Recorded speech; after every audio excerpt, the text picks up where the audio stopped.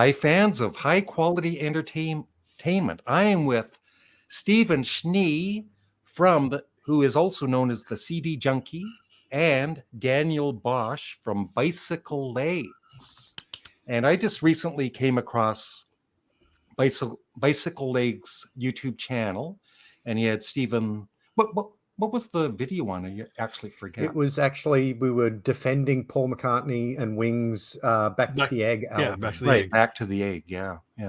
And I was really impressed, and so I subscribed to Bicycle Legs, and I'll have a link below this video for both channels. And then later on, I'm going through his videos, and he's a Sparks fan too, which is a bonus. And look at his T-shirt. Yeah, cool. So let's start.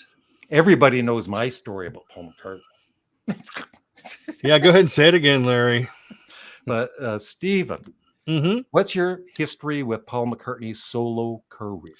Well, of course, being a Beatles fan, grew up being a Beatles fan. I don't think that I actually knew, I mean, I was 10 years old when Band on the Run came out.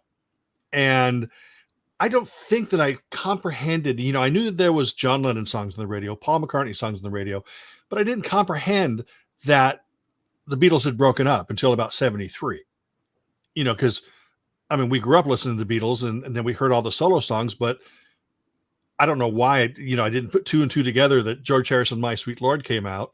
And, maybe I just thought it was a side project or something, but I loved, with Bound the Run, then going back and then hearing McCartney and then Ram and Wildlife and, blah, blah, blah. And loved the stuff because, I'm a pop kid. I love melody, and McCartney is a master of melody. And then by about, I'd say right after McCartney 2, I enjoyed Tug of War. But I stopped connecting with the music. Yeah. And that was only because I kept searching for other artists to listen to. I'm always that type of certain or that certain person that always wants to go out and find something new to listen to, something that strikes that lost chord. And so my brother was buying the McCartney albums. Friends were buying the McCartney albums. So I was hearing them through my friends. Yeah. And I just never connected with the albums as a whole, although he's had brilliant tracks throughout. One day, maybe I might sit down and just go, oh my God, how come I didn't connect with this? But I know he has great albums. And then I know he has albums like Press to Play and McCartney 3. Yeah. Just curious, because my favorite album of his is Ram. And my second favorite is Chaos and Creation in the Backyard. Have you ever heard any of it? Or? Oh, yeah. I've listened to them all. Yeah. But like I said, it's the connection that's important. Yeah. Maybe at that moment in time, I was not ready to listen to McCartney, because I was searching for the young soul rebel, so to speak. Yeah. Okay. And before I forget, we are doing the top 10 for us, the top 10 underrated Paul McCartney songs from the first 10 years of his solo career up to McCartney 2. Mm-hmm. And so, Daniel, what's your history with Paul? Okay, well, my history is the very first Paul McCartney song I ever remember hearing. In fact, it was the first song I ever remember liking as a 6-year-old, was Mull of Kintyre. Mm-hmm. And when that came out, it was, it was just the first song I ever connected with as a very young child. Yeah. And then as I started really getting into music in sort of the early 80s, I discovered the Beatles. Obviously, I already knew a lot of that stuff, and then started going into the solo work. And I loved the solo work of all four of them, but it was definitely Paul that I gravitated to the most. Mm-hmm. Probably for the same reasons as Steve, just wonderful melodicism. And I've always been more a music guy than a lyrics guy. Although lyrics are important, I first and foremost connect with the actual music, the songs, the musicianship, all that sort of thing. And to me, that was Paul has that in spades, and more so that I would argue than John, George, or Ringo. Yeah. So that was really it for me. I just started discovering his stuff in the 80s, and it was just a case of going to my secondhand record store, and whenever I'd see a Paul McCartney album or a Wings album, I would just buy it and take it home, listen to it, digest it. And unlike you guys, I never really sort of fell off the McCartney bandwagon. I kept going with it, and still love, his stuff. I know Steve has his problems with McCartney 3. I don't think that's one of his best albums either. But the one before that, Egypt Station, I think is a wonderful Paul McCartney album. I did a top 10 Paul McCartney albums on my channel, and Egypt Station made that top 10. So, yeah. See, the interesting thing, I totally love the fact that Bicycle Legs loves those albums. There's nothing wrong with that. It's just I stopped at a certain time, and the fact that he's so positive about it makes me want to go, well, you know what? I might give that a second chance or a 10th chance. I've heard him more than once. Yeah, because an album like Chaos and Creation in the Backyard, when I first bought it, I played it once or twice. I was like, this is boring. Like I didn't connect with it. Like you're saying, you didn't connect. But, some albums, they take a few listens and then you just, I don't know, it's like magic. You just connect with it. Right. Yeah. All right. So, Steve, let's start with you. What is your number 10? And we're ranking these from our 10th to our first, favorites. Yeah. And these are basically like kind of deep cuts or songs that weren't hit singles played on the radio. So what's your number 10, Steve? My number 10 is Sally G. B-side of Junior's Farm, came out in 1974. It's one of McCartney was so great in the 70s with his country type songs. And Sally G is one of those songs, very American country sounding without sounding country. It's very Paul McCartney. And Junior's Farm has always been in like my top 10 or whatever. But when we're talking about the most overlooked tracks, of course, I'm going to have to go to the B-side because I loved it just as much as the A-side. I know that Bicycle Legs just a few minutes ago mentioned Mull of Kintyre as his entry point. Here in America, Girl School was the A-side. Yeah. So I loved both of those tracks, and it's the same thing with this single. That's why Sally G is my number 10. Okay, cool. And Daniel. All right, my number 10 comes from this album here, London Town. And it was a single, but it wasn't one that did very well. It didn't chart very high at all, and that is the song I've Had Enough. Yeah. Just one of those really great rockers that Paul would do, and it's got that shuffle feel, that dun dun dun dun dun. I love that feel to it. And the lyric is an interesting lyric for Paul because normally he's so sunny and positive, and this song is like, I've had enough. I can't put up with any more. It's like he's had a gutful and he wants to talk about it in this song. Yeah. And so it's a bit of a change for Paul to be sort of singing about those sorts of things. So, yeah, that's my number 10 is I Had Enough from London Town. Well, my number 10 is from Back to the Egg. And speaking of London Town and Back to the Egg, hopefully this is the year the archive restarts. I think it's been like over 5 years, right? Yeah. And like for the longest time, I didn't buy London Town because the CD is from 93 or something. I've been waiting for the remaster of it.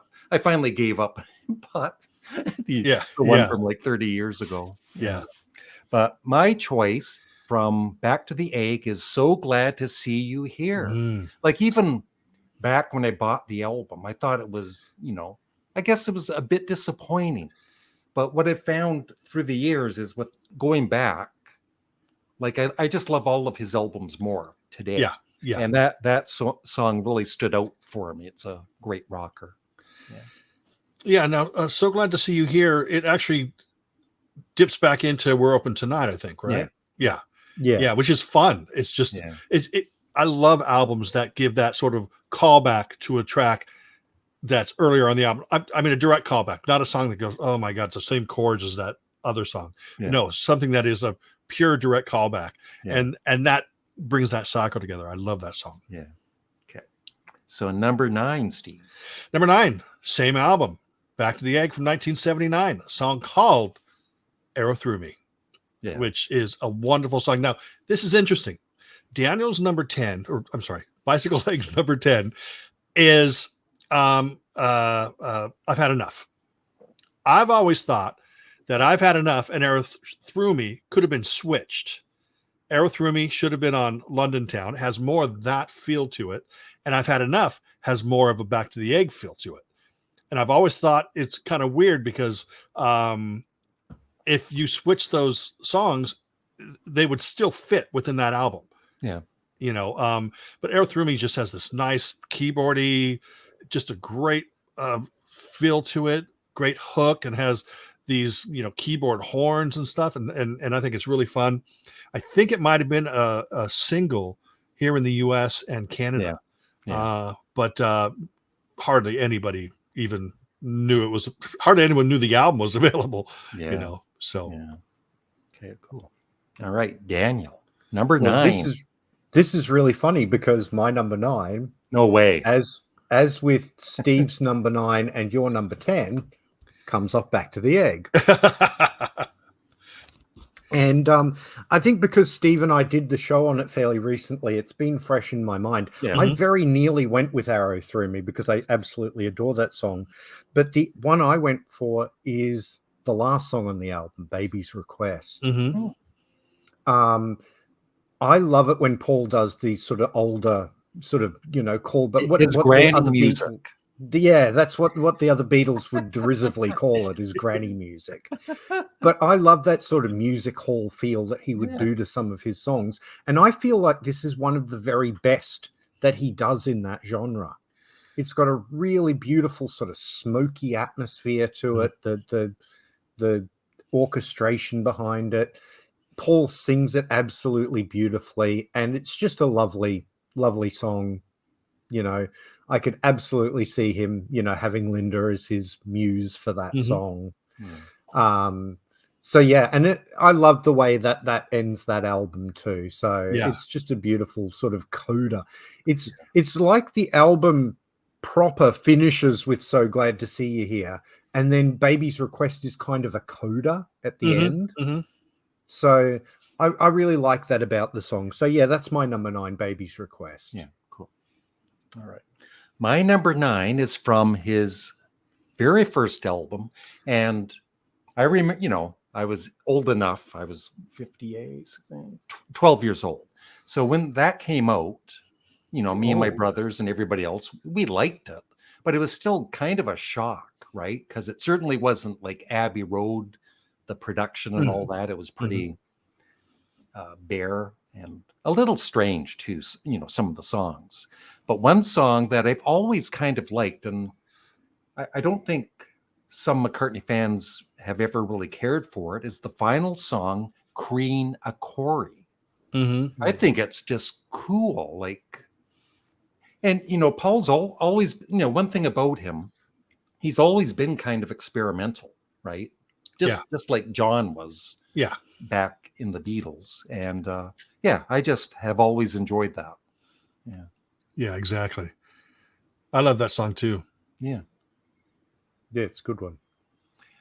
And also I think that McCartney has really grown in stature over the years. I think when it first came out, it was kind of slammed even by some fans, and now it's really rated highly. So yeah. All right, number 8. Number 8 for me is the title track of London Town. Yeah. Such a soft, gentle song. And surprisingly, I think it's like maybe 2/3 of the way through the song, this beautiful guitar solo pops up. And it is it's so melodic and so haunting and lovely. And what is a really, really, really good song, just that guitar solo for me just lifts it up. It's kind of unexpected, just even the tone of it, because excuse me, the tone of the rest of the song is on a certain level. But then, just like what was it? There's a Carpenter song. Oh my gosh, how come I can't think of it? Song for You or whatever, where at the end of it, the guitar player just rips into this great guitar solo. That's kind of what it reminds me of. It comes along, you don't expect it, and it's wonderful and beautiful. Yeah, nice. Okay, and Danielle. All right, my turn to go for a B-side. This is one that Steve and I definitely talked about when we did our Back to the Egg show, from the Good Night Tonight. Yeah, and I that thought of is that one. Yeah, Daytime, Nighttime Suffering. yeah. Mm-hmm. It's just a great pop song. Good Night Tonight is this real full-on disco single, and it's the only time that Paul would do that. It was one of those little genre exercises that he would do. But then the B-side is just this absolutely classic Paul melody for me, and it's a real contrast to the A-side, but it's a song I've always really, really loved. So, yeah, that's my number 8, Daytime, Nighttime Suffering. Yeah, it's a great song. Yeah, I thought of that one too. All right, for number 8, kind of when, once again, back in the day when the album first came out, I kind of, it's another one of these typical Paul McCartney lovey-dovey songs, and you kind of just let it go. But Love in Song from Venus and Mars is such a beautiful song. Mm-hmm. Yeah, so that's my number 8. Well, Larry, want me to sing it right now? Love and Song. Thank you. I can see the. Can I go to my number 7? Let me think. Yes, you may. Love and Song from Venus and Mars. Really? That's Yeah, awesome. absolutely. Yeah. Such a beautiful, haunting melody. Yeah. And it's you get this Venus and Mars rock show, that builds and builds and builds and becomes this, rocker. And then it sort of dies down, with the, on the piano stuff. Yeah. And as that's fading away, then all of a sudden you just hear this gentle boom, boom, boom, boom. And then Love and Song comes in, and it's just such a beautiful, beautiful melody. If he had maybe expanded it a little bit, and didn't make it seem just like an album track, that could have been a hit single, because the melody is so beautiful. Yeah. Yeah. Very good. And Danielle. All right. My number 7 is where I go off-piste a little bit, because I thought we were doing the entire catalog and not just up to McCartney 2. So I've included some later stuff. You didn't follow the rules. I told you, Larry. Those Australians. This one is from Memory Almost Full from 2007. Mm-hmm. And the song is Mr. Bellamy. Oh, that's a surprising choice. I know that some fans don't like that, but I do. I love that song because to me, it's one of those songs that Paul would do, like Band on the Run, where it would have like 3 or 4 little sections within a 4-minute song. Yeah. And, it's got this little drama going on in the lyrics about this guy who's up on a ledge and doesn't want to come down. He's not going to jump. He just wants to be there and be left alone. And everybody's trying to coax him down and get him off. And, and then, as I say, it's got these little different sections in it. It's almost like a little mini suite within a 4-minute song. And I love it when Paul does that. Yeah. So, that's my number 7, Mr. Bellamy from Memory Almost Full. Yeah, that's the album that brought me back into listening to Paul McCartney. That whole album was just fantastic. Yeah. All right, my number 7 from Band on the Run. I have no words. I just have no words. Now, I know it's partially Denny Lane sings some of it. I think it's a collaboration with Denny. Mm-hmm. But it's Paul, once again, it's Paul's vocals at one certain point of the song that I just love. But the whole song is great too. So Yeah. no words. And I just wanted to also say, a song like I think one of you might have chosen 1985, but that is, it's so well known. It's almost like it's not underrated to me. So that's why I didn't choose that song. Otherwise, I would. Well, 1985. Actually, I'd love to tell this really brief story. Yeah. Christopher Cross, Ride Like the Wind. That song was written while his band was jamming on 1985. Wow. They actually just were doing this long jam or whatever, and they came up with their own certain chord changes, and that song came into being. So I think that's pretty fascinating. Yeah. I'm a Christopher Cross fan, so yeah. He's a great guitarist. Yeah, absolutely. Yeah. Okay. Steve. Number six. Number six. Wasn't that something on the White Album? Number six. That's six. right. Yeah. No. My song that I chose is from the album Wings at the Speed of Sound from 1976. Now, I just want to give a honorable mention from that album, Wino Junko. It's not a Paul McCartney song, though. It's a Jimmy McCulloch song. I love that song. But my favorite underrated song from that album is Beware My Love. Yeah. It's a great McCartney screamer. It kind of reminds me, Neil Sedaka used to say that he wrote sandwich songs. And a sandwich song is, it starts off with come, and then it ends with that, right? But everything in between is different from that. No, I was singing Handyman, wasn't I? But that's kind of what Beware My Love is. It starts in one place and ends in another place, but in between, you just get this great, what I feel very atmospheric and haunting melody, him screaming these words. And I love it. Cool. And Danielle, number 6. All right. My number 6 is from 1989's Flowers in the Dirt, which I felt was a real comeback for him after the Press to Play album. And before that, you had Give My Regards to Broad Street. He'd really kind of gone off the rails there for a bit.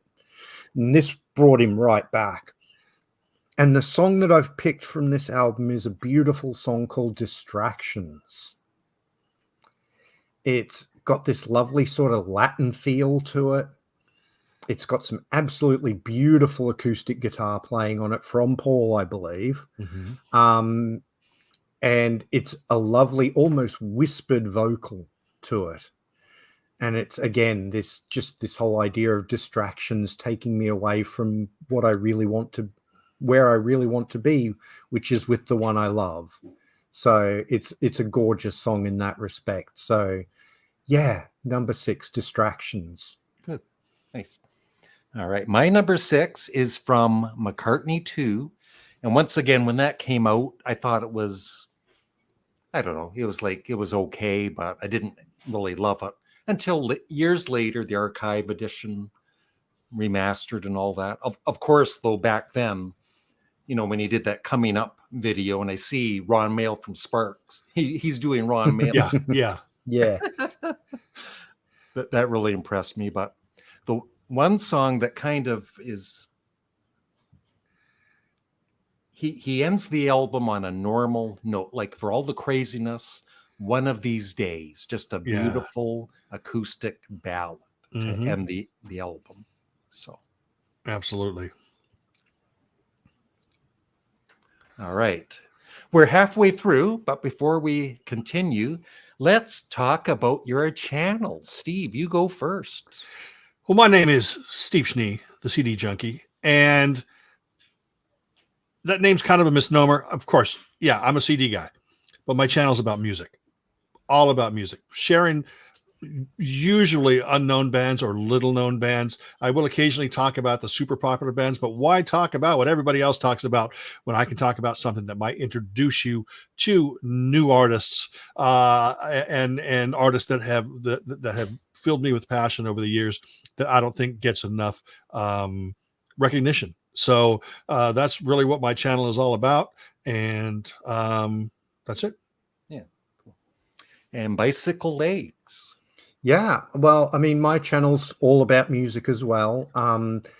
I felt like there were certain bands that weren't getting a lot of coverage on other people's channels, and I wanted to talk about, particularly bands from the 80s that I grew up with, sort of new wave and post-punk and synth pop and that sort of thing. But I also talk about sort of like 70s music, progressive rock, that sort of thing, because I got into that in the 80s.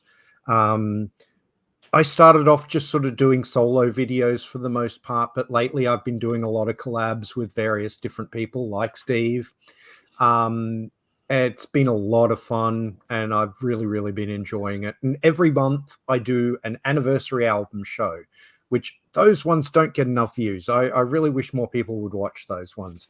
But I picked 10 albums that are having significant anniversaries in that particular month and just talk about those. And again, it covers everything from, I mean, this month's anniversary album show covered everything from Bob Dylan to Laurie Anderson. So, lots of different styles of music. Yeah. Cool. All right. Larry, why don't you tell us about your channel? No, I don't want. Everybody knows about my channel, Steve. Oh, that's right. Sorry. No, but I forgot that yesterday, February 9th, was my 18th anniversary on YouTube. Thank you. Thank you very much. Whoa. Oh, really? Yeah. Congratulations, Larry. Great reaction. Yeah. Congratulations. Well, Nice. there's the Beatles on the Ed Sullivan Show, right? There was that, plus my anniversary. Two very, very important things on that. Yeah. Yeah. Okay, we'll go back to number 5, Steve. Number 5, going back to that. Remember when I talked about Sally G being that McCartney country thing? I think there could be a great 12, 15 track McCartney country collection of just songs throughout his career. But the song that I'm going to choose, number 5, is off of Red Rose Speedway from 1973, and it is called One More Kiss. Yeah, that I love that song. Yeah. That's really nice. Okay, Danielle, number 5. All right. My number 5 is from an album that we talked about at the beginning of the show, and that is from the Chaos and Creation in the Backyard. And the song is Jenny Wren. Yeah. Absolutely gorgeous. You were talking about, Paul doing these sort of solo acoustic songs. This one almost has a bit of a Blackbird feel to it. Yeah. But it's a beautiful song. It's just him and his guitar, and then you get this, I think the instrument is called a dudek, playing in the background. It's sort of like a Eastern European or maybe even Middle Eastern reed instrument. It has that sort of sound to it. But it's an absolutely gorgeous song, and it's an aching sort of lyric as well. So yeah, that's why I had to pick that one. Yeah. Very nice song. All right. My number 5 is from Wild Life. And I think the song is really underrated. It is Tomorrow. Oh, yeah. His vocal, love that once song. again, great song, but it's his vocals, especially near the end, almost like an Elvis Presley kind of a attitude or whatever. Absolutely. It's a wonderful song. Yeah. Number 4. Let's head back to the Egg. And it's a mini medley. After the Ball, Million Miles. Just After the Ball has this great, passionate Paul McCartney voice, and then it transitions into Million Miles, which is what, accordion, I think, and 2 very different sounds, one very similar emotion, and just great vocals, great melodies from Mr. McCartney. Yeah. That's funny. Like when that album came out, once again, it was one I thought was just okay, but those 2, and then there was 2 other songs before or after. Yeah, it's like Love Awake, and Winter Rose, I think. And anyway, Yeah. those 4 songs, like back in the day, it's like, oh, these are so cheesy and corny and bad. But now I love them. Like I connect with them these days because I'm old. Yeah, exactly. Yeah. All right, Danielle. All right, my number 4 is going to come from Tug of War, which is my, I think, second favorite Paul McCartney album after Ram. And the song is Somebody Who Cares. Yep. Again, it's a lovely song. It's sort of mid-tempo, but it's very quiet song. And it's a lovely lyric about just, however down and out you might be feeling, there's always somebody out there who's looking out for you. And I love that. And Paul plays an absolutely beautiful classical guitar solo in the middle of it. And I absolutely love that to death too. So yeah, that's my number 4, Somebody Who Cares. And speaking of Ram, this song, like Ram is my all-time favorite Paul McCartney album. And I've always loved this song, but just in the last year, it's become one of my favorite songs on the album and one of my favorite Paul McCartney songs. Smile Away. Oh, yeah. The bass. And, back in the day, I used to think, once again, the lyrics are, oh my God, the lyrics are so stupid. And but, he's just having fun and he's rocking out. And I just think it's a great song. Yeah. All right, we're top 3. Top 3. Number 3, Steve. I'm a huge fan of ballads. It doesn't matter who it's by. McCartney usually writes great, wonderful, moody ballads.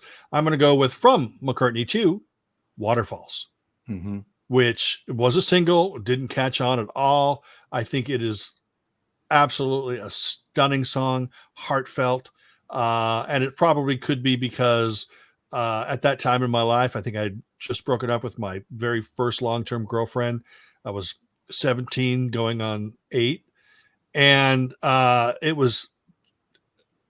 just hit me in all the right spots. And still there's that yearning and that aching I feel every time I hear that song. It's beautiful and wonderful. Yeah, good. All right, Danielle. My number 3 is also from McCartney 2. And it is one that our Mr. Studmuffin has already mentioned, and that is One of These Days. Such an achingly beautiful way to end that album. I mean, there's all sorts of weird stuff on this album with electronics and, sequences on things like Temporary Secretary and, all this sort of thing. And then he just ends it with one of his absolutely gorgeous ballads. And I love the echo on the vocal. Yeah. It gives it this sort of ethereal quality, which I think is absolutely beautiful way to end the album. So yeah, one of these days, my number 3. Yeah, I felt that song was always one of these, you're in a clown car and you're going through the tunnel of love or the tunnel of destruction, and all this crazy stuff is happening around you. Paul's trying all these new wonderful things, and at the very end, he's basically saying, "Hey, I'm still Paul." Yeah. You know what I mean? And forget about bogey music. I'm still Paul. Yeah. Yeah. All right. Number 3 for me, From London Town. And this song, like I really liked London Town even back in the day. It's one of my favorite McCartney albums. Waiting for the archive edition, of course. But this song, I wasn't crazy about back in the day, and now I think it's my favorite song from the album. Morse, Moose, and the Grey Goose. It's a masterpiece. It is. Yeah. The production. That's why I'm waiting, for it to be remixed, hopefully, or remastered and maybe even sound better. But it's an amazing production. It careens everywhere. And in fact, I think it's like the sister song or brother song to Old Siam Sir off of Back to the Egg. I think they're very similar where they probably started from a jam and they just said roll tape, and then they went and they added more stuff to it, and both of them are just, mind-blowing. But yeah, Morris Moose and the Grey Goose, always a favorite. Yes. Yeah. All right. Number two. As I said, I love ballads, and McCartney has some of the most beautiful melodies ever created in this world. And my number two favorite is Junk off of McCartney. Mm-hmm. What a beautiful, absolutely stunning melody. Under 2 minutes, just hits me in all the right spots and the wrong spots. Oh, well. We'll have another video about that. Yeah, it's on my OnlyFans. All right. Swipe left. All right. My number two is going all the way back to the very first song that I ever knew, Mull of Kintyre, and it is Girls' School, the B-side. Because here, it was all about Mull of Kintyre. Girls' School didn't get any airplay. Mull of Kintyre was one of the biggest hits ever in Australia and in the UK. But Girls' School, again, it's like the daytime, nighttime suffering thing as opposed to Goodnight Tonight. You've got these complete contrasts between the A-side and the B-side. Yeah. Mull of Kintyre is this folk song with bagpipes on it and the whole thing. Mm-hmm. And then Girls' School is just this absolutely sort of balls out rocker. And it's just a fantastic song. I absolutely love it. I was listening to it again last night just to sort of prep for this show. And it was just like, how was this? I know it did get released as the A-side in North America, but it didn't do brilliantly over there as far as I know. Didn't do well at all, to be honest. It should have been an A-side and it should have been a smash hit as far as I'm concerned. I think it's a brilliant song. So yeah, that's my number two, Girls' School. Yeah, how I talk about the couple songs I've used as the McCartney country songs or whatever. Well, there should be a McCartney rockers thing that'll have like Junior's Farm, Girls' School, Hell on Wheels, High High High. These just great all out McCartney rockers. And for the first few months after that single came out, I considered Mull of Kintyre just a friggin' great B-side. Because remember, here in the States, we didn't know that it was the A-side everywhere else, and it was it outsold She Loves You and all that kind of stuff. So, but anyway, Larry. Yep. Okay. My number two is the B-side, and it would be in my top 10 Paul McCartney songs of all time. The B-side to Another Day. Oh Woman, Oh Why. Yeah. Once again with just killer vocals by Paul. So right the very first time I heard that, it's like I was a fan of that song. Yeah. Number one. My number one is already mentioned by Daniel. It is Daytime, Nighttime Suffering. Wow. B-side of Goodnight Tonight. Came out in 1979. Although they've added it to the CD of Back to the Egg, I don't think it fits. Somehow I think that song was recorded before and they threw it on the B-side of Goodnight Tonight because they had it available. Because it doesn't even sound like it was recorded at that time because it's so stylistically different. But it is a McCartney B-side throughout the 70s was better than most bands' A-sides. I mean, just think of Sea Moon. Kooky as hell, but better than a lot of songs that were out there. So yeah, Daytime, Nighttime Suffering, incredible song. My number one most underrated McCartney song. Okay, cool. And Danielle. All right. My number one is going to come from 1997's Flaming Pie. And the song is Little Willow. Yeah. It's Paul McCartney's elegy to Ringo's first wife, Maureen, who had passed away, I think, a year or so beforehand. it's you talk about McCartney ballads, and this is one of his most beautiful because it comes from the heart. Because he loved, right at the end of the Let It Be album, the version of Get Back that's on there, you hear this woman cheering, and Paul says, "Thanks, Mo." Yeah. And that was Maureen. That was Maureen Starkey. So he had a connection with her, going way back. And it's just an absolutely achingly gorgeous song with some beautiful guitar on it. I just love it to death. So yeah, that's my number one underrated Paul McCartney song, Little Willow. Yeah, very nice. And I guess we're done. Thanks, guys. Oh, sorry, Larry. This was the build up to my choice for number one, Steve. Thanks. Sorry, Larry. So this was like a minor hit in the UK, but I don't think it was even released here in Canada or the States. It's my all-time favorite Paul McCartney solo album ever, a solo song ever. The Back Seat of My Car. Man. Yeah. And That's once again, it's one. the vocals and everything else. Yeah.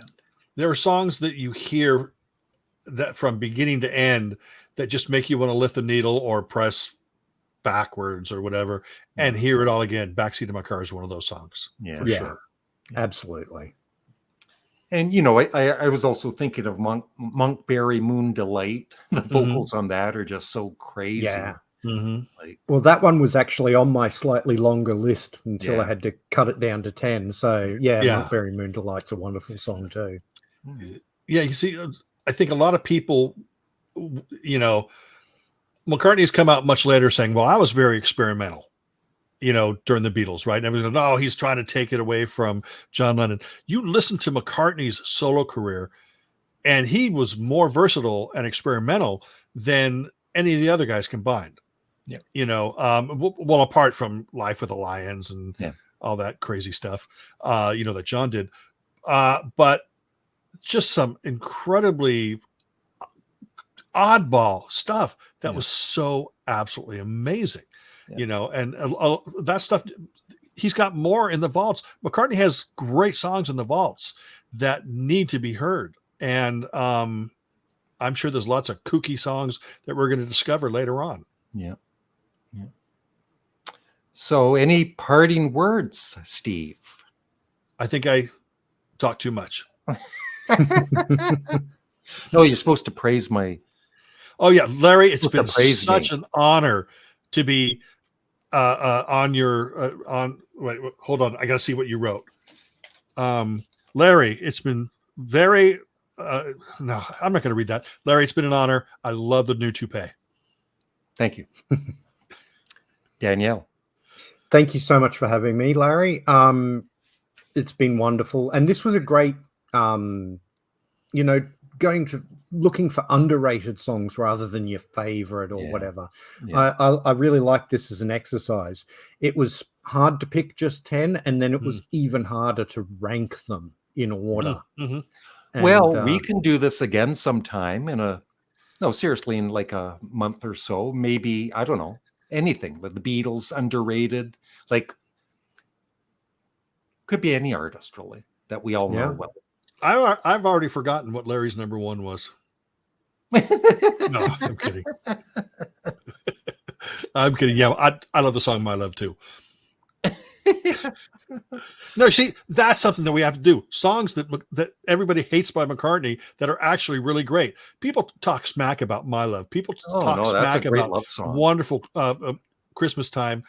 People talk smack about silly love songs. These are just Temporary incredible. Secretary. Temporary Secretary. Yeah. Think about silly love songs. Think about how it breaks down to how can I tell you, like 3 vocals going on at one time. Nobody was doing that stuff at that time and releasing it as a single. Yeah. I think that song gets a lot more respect than it did when it first came out. Yeah. Because even back in the day, I'm rolling my eyes. Oh my God, silly love songs, just what we need from Paul. But his what he was saying, right, is true, right? Yeah. And then you hear years later people going, "Oh, that was a studio bassist." I've seen videos on here, saying that McCartney used like studio musicians to do that. I'm going, no, that's pure McCartney. Yeah. Yeah. Either that or it's Bernard Purdie who played drums on all the Beatle things, according to Bernard Purdie. Yeah. Yep. Yeah. Yeah. Okay, so thanks everybody, and please remember to check out Stephen Schnee's channel and also Bicycle Legs. I'll have the link below this video. Thanks again. Bye. Thank you, Larry. Thank you.